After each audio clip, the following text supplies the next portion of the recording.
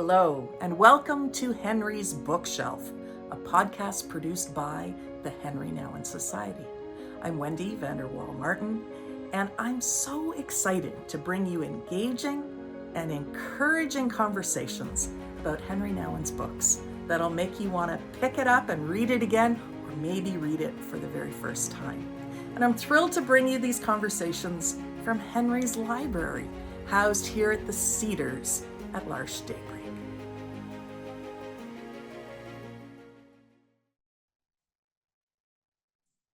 Welcome to a new episode of Henry's Bookshelf. Today, we're going to be featuring the book Peacework.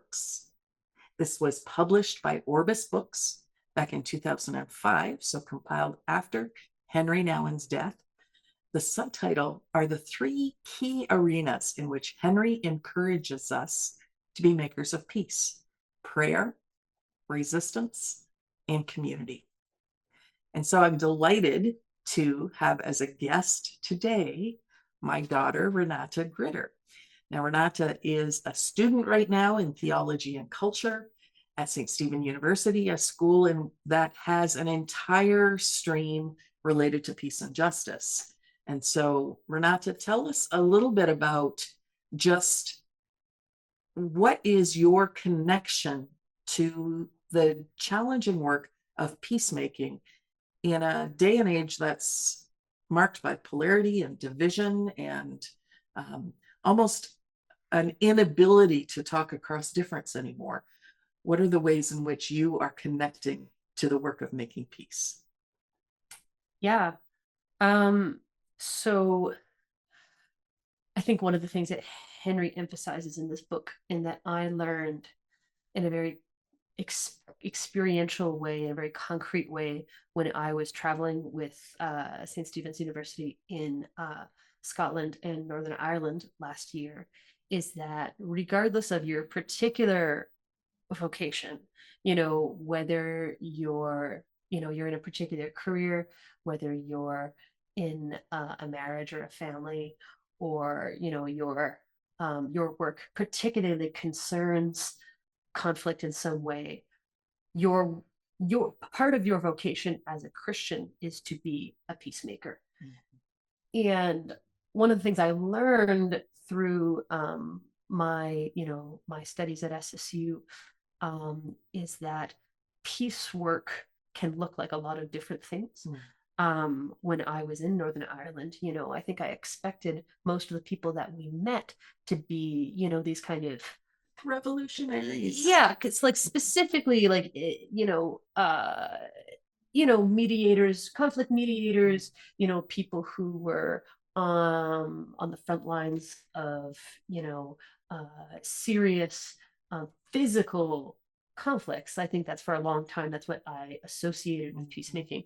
But it was very clear to me through all the different people that we met that whether you're a member of the clergy, whether you are a volunteer, whether you are a barista, whether you're a gardener, there are all these different ways that you can create space where people can form genuine relationships. And genuine relationships are one of the most important things that create peace. People who eat together don't go to war together. People who dance together don't go to war together. People who share infrastructure, that share resources, don't go to war together. And so how am I connected to peace work? It's like, well, I cook. I clean my house. I take care of my dog. I engage as intentionally as I can in relationships in my family and in my community that challenge me. And I find ways to challenge the people that I am in relationship with in meaningful ways. And I think that's one of the things that's, I think, so important about Henry's words on peace in Peacework, is finding ways as a person, regardless of what your vocation is, to incorporate the fundamentals of peacemaking into whatever it is you're doing. And part of the reason I wanted to ask you to be a guest certainly in dealing with this book, but also we have a challenge as the Henri Nouwen Society in introducing Henri to your generation and younger. I read Henri when I was your age, and it was absolutely, completely transformational for me. Mm. But we're coming up on the 30th anniversary of Henri's death. And so your generation, he was not alive, he was not actively speaking. And and so the challenge for us is once we get Henri into your generation's hands, I believe that Henri will resonate. But how do we do that? So tell us a little bit about how you encountered Henri Nouwen. So I mean, Henri Nouwen's name came up here and there when I was, pretty young. It was a household name in our family for sure. Like I believe, like, we read like his Advent Mm. devotionals during an Advent a number of years ago. So I kind of knew that's where I knew his name from. But I didn't start reading Henri myself until it was a couple years ago when I was approaching the beginning of my master's with SSU. And I was like, okay, I've got the summertime to kind of like read whatever I want. Soon I'll have a lot of different readings that are not my choice. So let's pick up some books. And I was living with you at the time, and I think I picked up Reaching Out.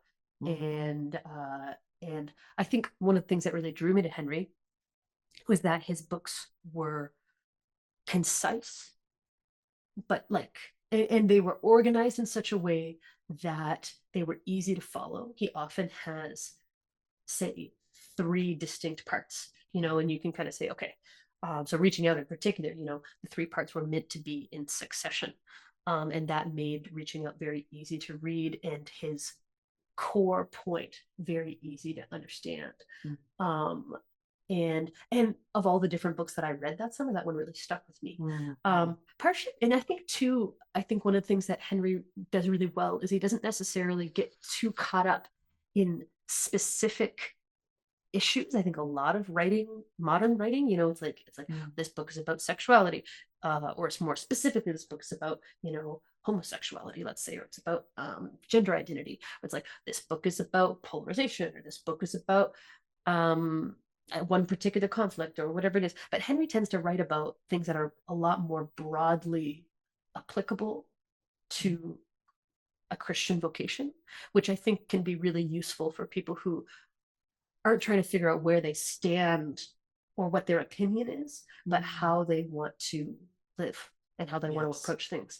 And in all the reading of Henri's books that I've done since, I found that to be the case. It's a lot more about how do I want to, what is my vocation as a Christian, and how do I want to live that in a way that is in line with what I can give. I think that's beautiful. And it should be said that you started picking up my Henri Nouwen books long before I was with the Henri Nouwen Society. True. And I think you've really honed in on what Henri saw as his vocation, which was how are we formed and shaped to be that living reminder of Jesus in the world. And so as a priest, as a pastor, he wanted people to have a living faith. He wanted that following Jesus to be experienced in step with the Spirit and in step with others. Relationships were always so, so important to him. Yeah. And in Peacework, Henri says this: Christians today, if they want to be Christians, have to find the courage to make the word peace as important as the word freedom. There should be no doubt in the minds of the people who inhabit this world that Christians are peacemakers. And so he offers this vision. How would the world look if all Christians in Australia, Asia, Europe, Africa, North and South America were to commit themselves without reservation to peace? How would the world look if all Christians, young, middle-aged, or old, were to say loudly and clearly in words and deeds, we are for peace? And how would the world look if all Christians, Protestants, Catholic, Orthodox, were to witness together for him who is the Prince of Peace, Jesus, what would such a consensus of conscience bring about? Would we still spend billions of dollars every month to build ingenious instruments of death while millions of people are starving? Now, Henry wrote these words 40 years ago. Yep. And I'm not sure we're any closer to that vision. In fact, in some ways, perhaps we're being pulled apart even more in the body of Christ in terms of very significant differences of understanding what living as a Christian in our cultural, social, political context actually looks like. And so, as someone who's studying, who is really leaning into how do I live, what do we do with a big vision like that? What does your generation do with a big vision like that? Yeah, I mean, I think that's that question, I think, is what my generation is asking ourselves. I think, my generation is less religious than yours. And I think part of the reason is that we're looking back on the church's legacy up until this point, and many of us are trying to figure out how to reckon with what has been like the disasters that have occurred in the name of peacemaking, even of religion, of peacemaking in particular, even. Mm. What, like, reckon with those mistakes. And so some of us are saying, I think, I don't want to reckon with that at all. I would rather find a spirituality that is not caught up in the deep the weaknesses of being an institution. And others of us are taking a different approach and saying, no, I think it's worth grappling with being a part of an institution because of the strengths that gives us. I mean, it took me a few years to figure out where I was at on all that, and I ultimately have chosen to be a Christian and to lean in to the church, not lean out. And I'm finding it easier to articulate why that is.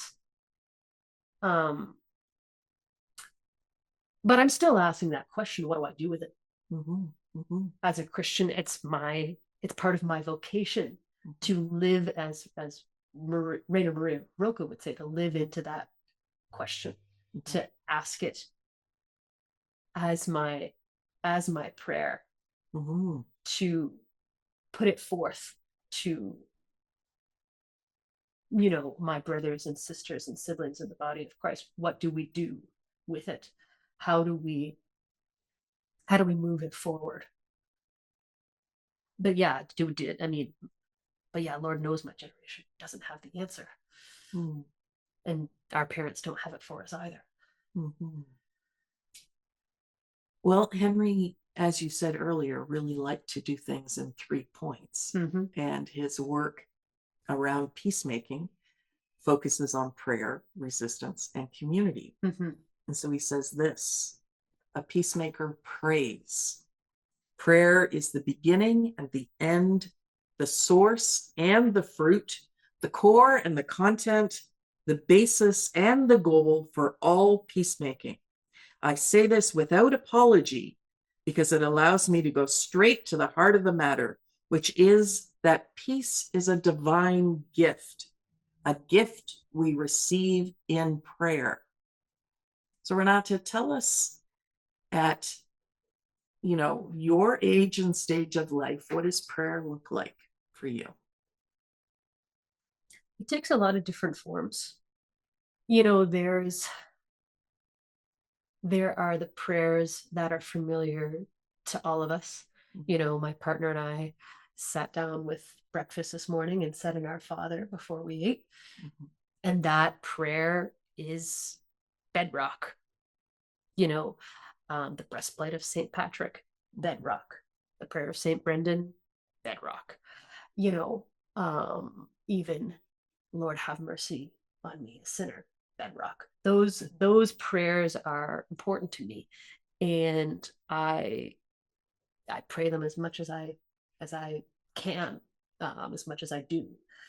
Um, and on top of that, you know, I think a sermon that my friend, the Reverend David Moore, gave at the St. Croix Church here in St. Stephen a number of years ago really impacted me. And that sermon centered on the idea that yes, prayer is when you sit down and you say words in communion with God, but prayer is also the connecting in the best way you can with God's dream for the world and living out that dream in what you do. If you can feel in your bones, that God's dream, for example, is for everyone to have good food to eat. Waking up and making good food and feeding people is prayer. If God's dream is that people, all creation is walks out of darkness and into light, and you get up and you take a couple steps out of darkness, that's prayer. And that's, I think, that for me in the last season, which has been quite difficult for me personally, has been my daily prayer. It's keeping going. Mm-hmm. That's the prayer that my grandfather has for me, you know, my ancestors have for me. And so I live out that prayer by keeping going. Mm-hmm. And so it's a twofold thing. It is something that it's like, oh, I gotta pray. It's worth doing in and of itself. But I think it's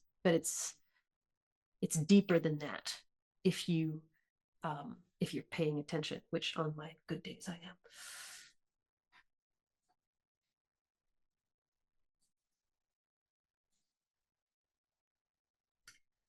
It's interesting that you talk about taking just that step towards the light. Sometimes it's not even out of darkness, it's just towards the light. And Henri says this: I therefore want to say here as clearly as I can that the first and foremost task of the peacemaker is not to fight death. And by death, we could say war, violence, whatever it is. Says it's not to fight death, but to call forth, affirm, and nurture the signs of life wherever they become manifest. I know you have really found yourself grounded and rooted in this art of hospitality through food and cooking. Tell us a little bit about what you call forth and affirm and encourage as you have found a sense of vocation in making a space for people. Henri and I, in Dutch, might say gezellig. How is it that you have found yourself affirming life through that part of your vocation? I think for me, it starts, I think, so I've done quite a bit of work at St. Stephen's University in food service coordination over the last couple of years. And over time, I kind of developed two core values with which I provided food service at SSU. And the first, and I think it's important to me that this is the first, is that all food has dignity. So I start, by taking out my vegetables from the fridge, my non-perishables from the pantry, and just looking at all of this creation, and doing my best to connect with and understand its identity and dignity in and of itself. If I look at those ingredients and I think first of what my plan is for them, not what their identity is in and of themselves, I lose something.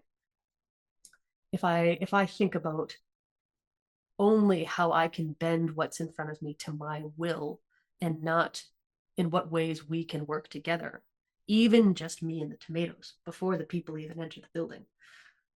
I'm not affirming the life that has been lived up until this point. I'm only in the game of control. And when I relinquish that control in favor of relationship, I can start to make something very special.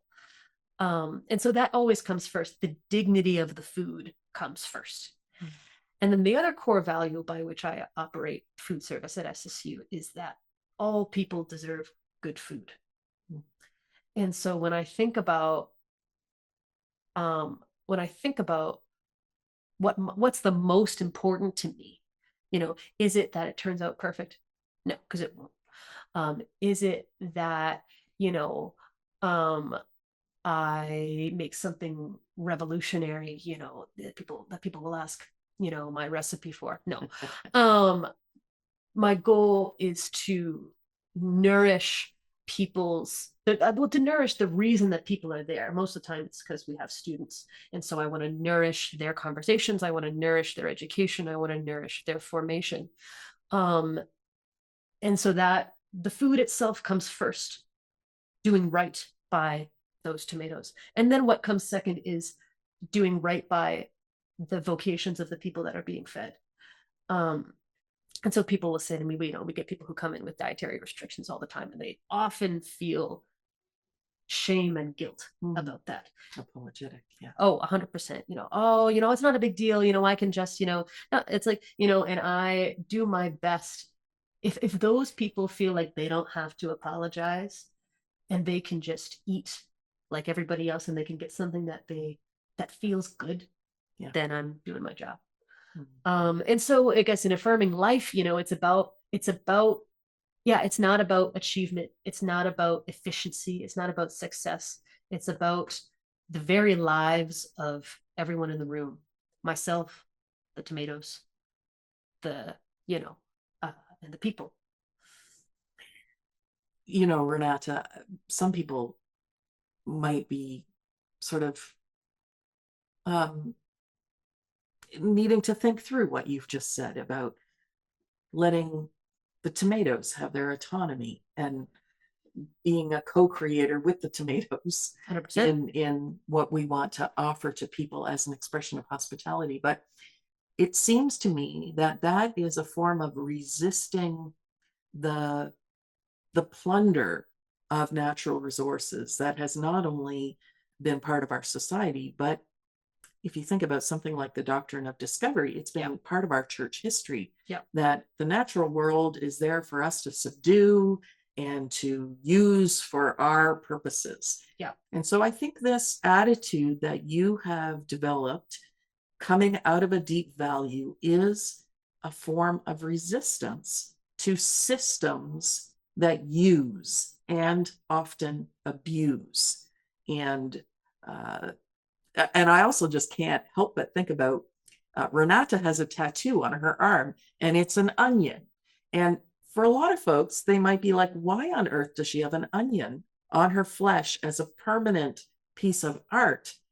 But I know that that's deeply connected for you to that deep value. And I think an ongoing way of trying to resist systems that use and abuse and at best only see things as transactional, and moving towards wanting to embody a mutuality and a transformational experience together. Henri says this: let it be clear that resistance does not stand in contrast to prayer, but is in fact a form of prayer itself. It's hard to overcome our tendency to consider resistance the active part of peacemaking and prayer its contemplative part, which is sort of very dualistic. Like, this is the passive part, this is the active part. But Henri says, I am increasingly convinced that we will fully grasp the meaning of peacemaking only when we recognize not only that prayer is a form of resistance, but also that resistance is a form of prayer. And so the dance that you and the tomatoes do is also prayer. And I love how Henri breaks down the either or and really invites us into that both and of understanding that in simple decisions and simple ways that inevitably require intentionality and practice, we can be living lives of resistive prayer and prayerful resistance. Yeah. And so you described that with the tomatoes. Yeah.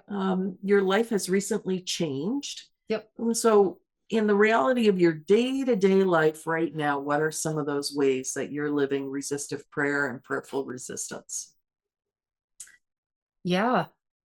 I mean, I think a big change for me that comes to mind, there's a lot. So I've moved 2.5 hours away from where I lived to live with my partner, which has been really wonderful. And one of the things, that I continue to contemplate deeply, is that I'm, wacky as I am, Protestant, and he is Catholic. And so we've been going to his church the last, number of Sundays. And one of the things that I'm aware of, is that I have the unique experience, well, I mean, unique to a certain extent anyway, of being a Protestant in a Catholic space. And so one of the ways I think that I am holding prayer and resistance in that space is to show up as I am, to, in the most intentional and sincere way possible, contribute to this church community, and revere my partner's faith with all my heart, and also to hold the tension of what I respect but do not understand about the Catholic faith, the ways in which I am blessed and excluded. And so how do I be? Well, that's prayerful resistance for me. Singing over the congregation as they go to receive the Eucharist, and I do not, with all my heart, and looking down the barrel of my life and saying, okay, what's this? How is this going to develop for me? And I don't know, I'm excited about it, and I know it's going to be an ongoing challenge. That's a beautiful example, Renate. I think it speaks to the reality of both joy and pain in our difference. And, Miroslav Volf wrote a book called Exclusion and Embrace. And for those of you not familiar with Volf, he wrote that book coming out of significant conflict in his home country, in Eastern Europe. And I think we need to relearn the art of holding those things in tension in a way that we can offer blessing to the other. And truly, in these days of not just exclusion, but absolutely silencing anyone who disagrees with you, we need to relearn ways of being peacemakers in offering blessing to those for whom, we will never be exactly the same. Yeah. Yeah. Excuse me. I want to always give Henri the last word. And this little book is so worth your time and attention, your prayerful energy. Pick it up. Peacework by Orbis, the publisher. If we ever needed another primer and challenge to grow in our capacity to be peacemakers, it is now. And so let's give Henri the final word. Brothers and sisters, peacemaking starts every time we move out of the house of fear toward the house of love. You and I will always be scared somehow, somewhere. But if we keep our eyes fixed on the one who says, do not be afraid, it is I, we might slowly be able to let go of that fear and become free enough to live in a world without borders, to see the suffering of others, and to bring good news and receive good news. And he goes on to say that there's 3 qualities of living in the house of love. And again, that's prayer, resistance, and community. The Lord is so good, says Henri. Brothers and sisters, when you hold on to what you have, it always gets less. When you give away what little you have, it always multiplies, whether it is food or knowledge or affection or love. Peacemakers are those who give away not only from their abundance, but also from the little that they have. And they discover that all people are God's people, and all people belong to the house of love. Amen. Thanks for being with us. Thank you, Renate, for sharing from your life and your resonance with Peaceworks. And might you never, ever forget that you are the beloved of God. If you enjoyed this episode of Henri's Bookshelf, a podcast produced by the Henri Nouwen Society, then leave us a review or a thumbs up, share it with family and friends, subscribe to our YouTube channel or another podcast platform, and head over to henrinouwen.org. Sign up for our free daily meditations, or consider giving us a donation that would help support programs like this one to share the spiritual wisdom of Henri Nouwen right around the world. Thanks so much for being with us.